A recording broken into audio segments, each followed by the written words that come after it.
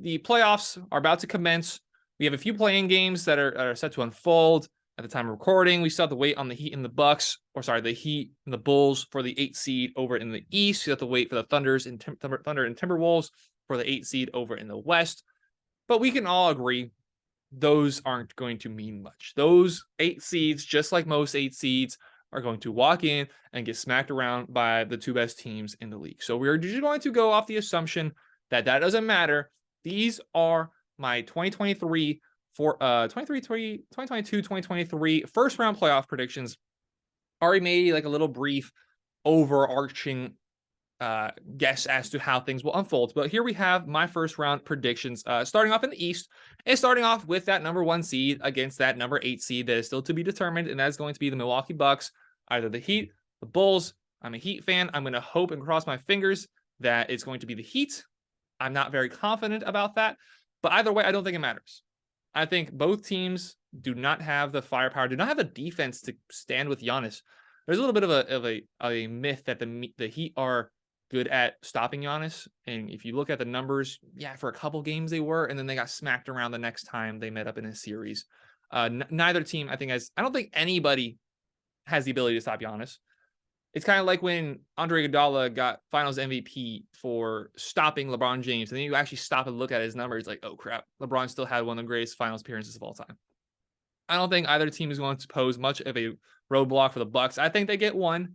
I'm going to say Bucks in 5 in that first series. Celtics and Hawks, I think that's going to be even more of a destruction. Now, Trae Young and co had an absolutely electric first half, especially against the Miami Heat. The Heat came back in that second half a little bit and made it a little closer. However, the Celtics are a different nature than the Miami Heat. They have scorers all around. They have one of the best scorers in the league with Jason Tatum, Jaylen Brown. We saw what he looked like in the playoffs last year, especially in the NBA Finals. He really was that number 1 option when Jason Tatum wasn't that guy. The Atlanta Hawks, they got hot. They got, I think they were like going into the halftime break shooting like something like 58-60%, and the Heat were shooting in the high 30s, low 40s. That is not what you're going to get with the Celtics, and I think the Celtics are just going to walk over them and win in 4 games. 76ers and Nets, I think this can be a better series up until the last 2 minutes. I think the Nets are a team that can stick with the Sixers all game long. The Sixers have just too much firepower, have too many options that are all 3 of their top 3 options are better than really and more consistent, more reliable than any of the options that the Nets have.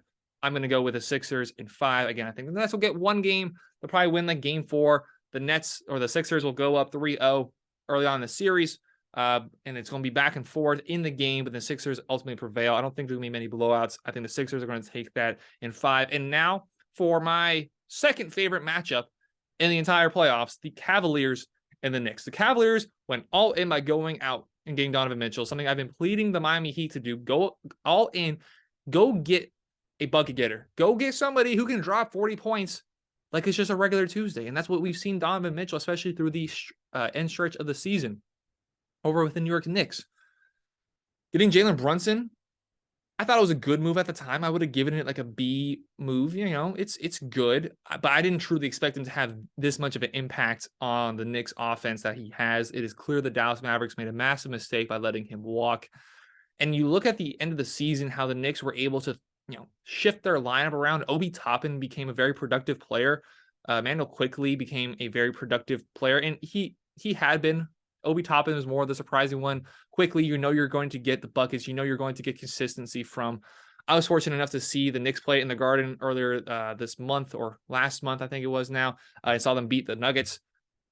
I like the Knicks. I think it's going to be a great series. I think it's going to be competitive all the way down to the last game. I got the Knicks in 7, just edging out the Cavs. I love both teams. It's a shame somebody has to lose. I'm going to go Knicks in 7. That rounds out the East. Nuggets, either the Timberwolves or the Thunder. Similar to the Bucks, I think they're going to get. I think the 8 seed is going to get a game on them. Whether that be the Thunder, their underdog mentality. They're not supposed to be here yet. They have 15 first-round picks over God knows how many few years. They're going to have a lot of assets to do what they want with. Maybe they splurge a little bit, send some of those assets to like Boston. If the Jaylen Brown, Jason Tatum thing crumbles, if the Celtics lose in the first round, there's a good chance you might see Jaylen Brown moved off on. And then the Thunder are a team with so many first round picks that can go offer the Celtics whatever they want to get Jaylen Brown. I can see them doing that. I really hope they beat the Timberwolves. I don't think they're there yet. I think the Timberwolves prevail over the Thunder and then lose to the Nuggets in 5 games. Nuggets are a team that I don't trust, and I'll get into that when we eventually see them in the second round, which I assume they're going to get to. But I do have the Nuggets getting out of the first at the very least in 5. Grizzlies, Lakers. I've said a lot about how I do not trust the Memphis Grizzlies. I've described them as just NBA young boy, and I'm just not a fan. I'm not a fan. I don't think they take the game serious enough. I don't want to sound like an old man, but I don't know where that true dog mentality is going to come from when it comes to the playoffs.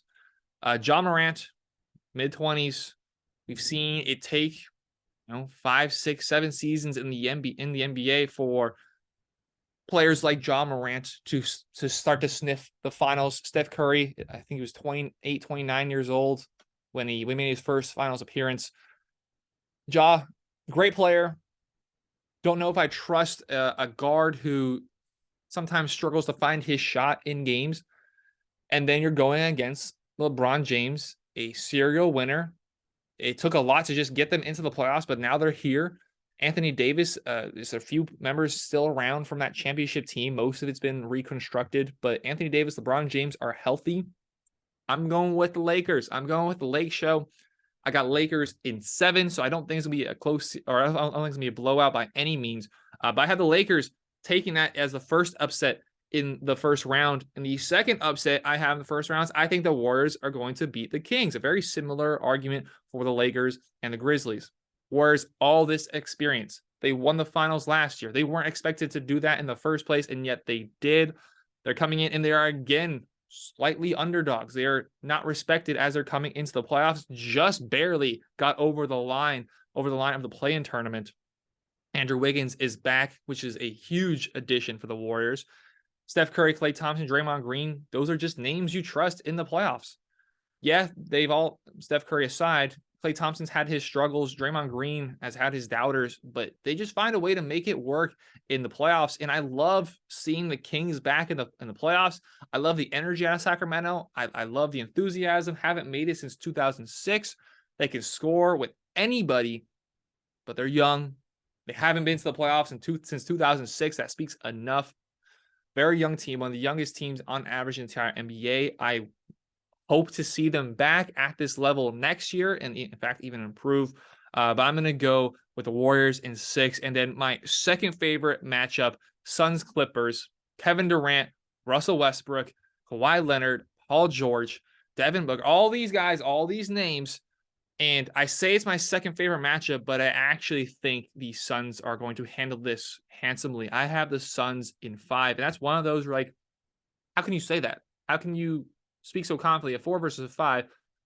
Clippers have Kawhi Leonard, Paul George, Russell Westbrook. They have a pretty deep team. When you typically you sit and look at series like this, close team, just automatically stamp it as 7. I don't think that's going to be the case. I think that the Suns are just going to run through them. I think nobody can stop Kevin Durant. Chris Paul is going to be given a lot more space to operate. We've seen him slow down over the years, and things came a little bit clogged between him and Devin Booker. But now, how do you stop them? They've lost some of their depth, but we know that doesn't matter as much when it comes to the playoffs. And I think the Suns, first initial thoughts are my pick out of the West. So I have the Suns coming out in 5. So just running the back, starting with the East, I got Bucks, Celtics, Sixers, and Knicks. That's going to be an electric second round if that's the case. And then Nuggets, Lakers, Warriors, and Suns coming out of the West. If you're watching over on YouTube, let me know down below your predictions. Tell me if I'm right or wrong.